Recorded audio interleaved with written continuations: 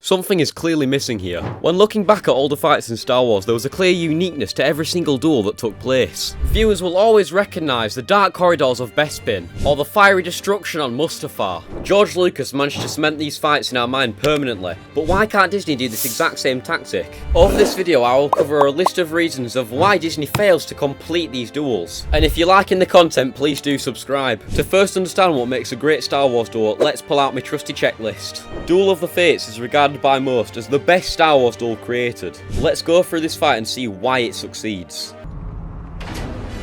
Hello there. First thing to write down, we already have an entrance for the opponent. This makes the opponent seem more menacing, building up the fight's tension. Duel of the Fates slowly fading in, this piece of music being cemented in our minds as the standard for this fight.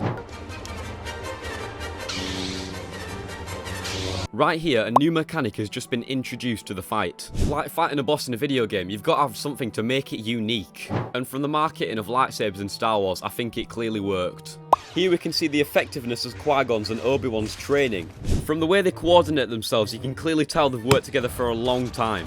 This is brilliant as it uses the choreography itself to prove a point. These are two of the highest disciplined Jedi in the Order, and if they're being beaten by this one guy, you know it's serious. And a key thing to point out is the environment. Darth Maul using the Force to open a new door.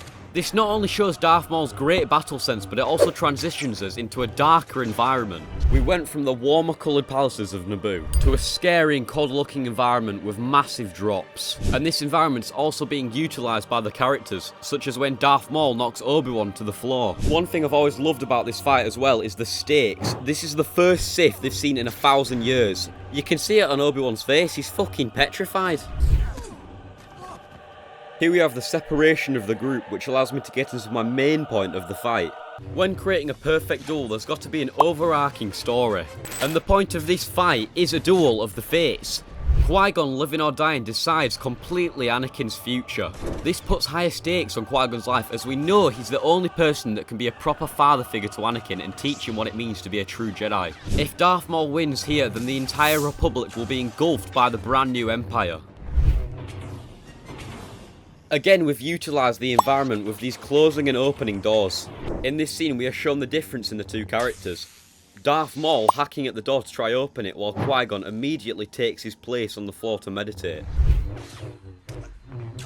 This kill not only showed the disrespect Maul would be willing to dish out to Qui-Gon, but it also creates a great tragedy that really makes the viewer want to see Maul die.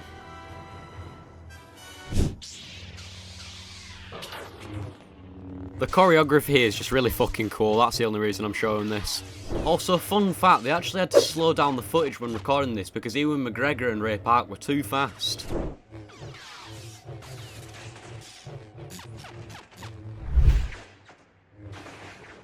Final point to cover, what it means to be a Jedi.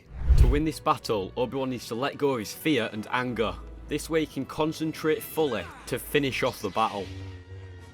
Shit on! And there we go. I'd say we now have a pretty good list to cover what needs to be done in a Star Wars duel. I mean, looking at the Mustafar fight, these exact same points apply. Liar!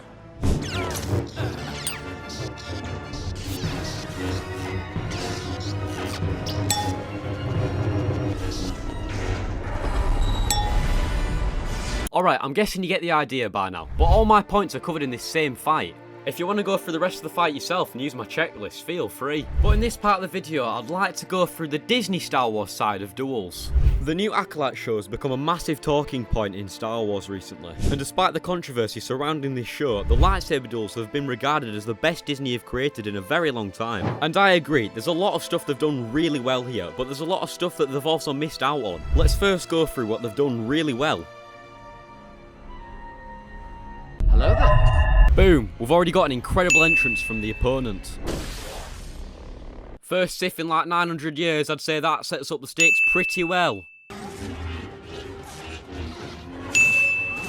I genuinely love the inclusion of Cortosis in this battle. Not only is it a great way to make this fight unique, but it also links back to the Plagueis novels. It's a great way to surprise the viewer, but it also tells us that most likely this man has links to both Tenebrous and Plagueis. Finish him! Get over here! I mean, do I even have to explain this? The disrespect this guy just dished out is mad.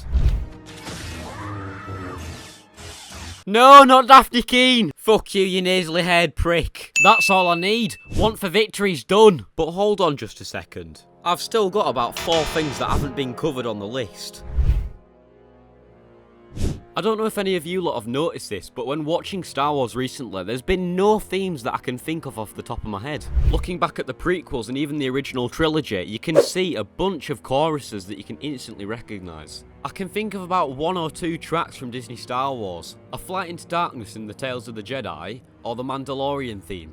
One of the reasons why Star Wars has lost so much of its magic is because the music just doesn't stick out anymore. This links to the biggest problem with Disney Star Wars. They're not taking inspiration from anything else, they're taking inspiration from George Lucas' Star Wars, which just leads to something dry and something with no motive or inspiration.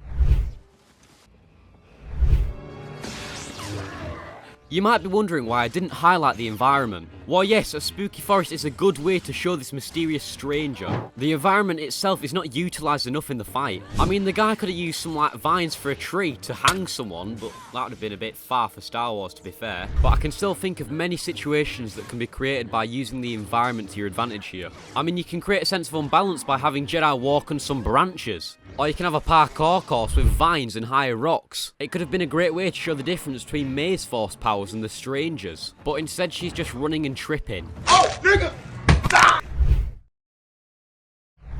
No bigger story is really being told here. It could have if there were consequences for Kamia's actions. But it seems like despite Kamia killing all of Osha's Jedi friends, she still wanted to shag him. The only point of this fight is, oh, there's a Sith, we've got to survive. Which does work well for the story, however if we're talking about the greatest of duels, it still wouldn't fit. It also gets ruined by the fact that Saul just doesn't want to tell the Jedi Council a Sith warrior is active again. It's a molten salt process. They're dissolving this thing in a molten... Can anyone tell me why a Jedi Master's losing his emotions so quickly? I mean, he's been training the Order since a 4-year-old. Surely he'd be less attached to people than like Anakin. I agree it's cool to show Saul absolutely crashing out, but in the larger scheme of things, it doesn't exactly make sense. Saul's emotions are conflicted right now, which means he shouldn't be as powerful as he is.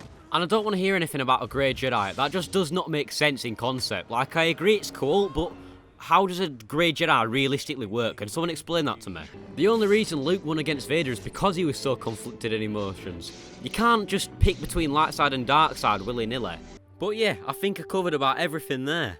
If you like my analysis, please do tell me about it in the comments, and if you didn't, also do that. Also, please give me topics you want me to cover, because I'd rather do that than some random video that no one watches. Anyways, hope you enjoy it, subscribe to my channel, all the good stuff. I'll see you in a bit, lads.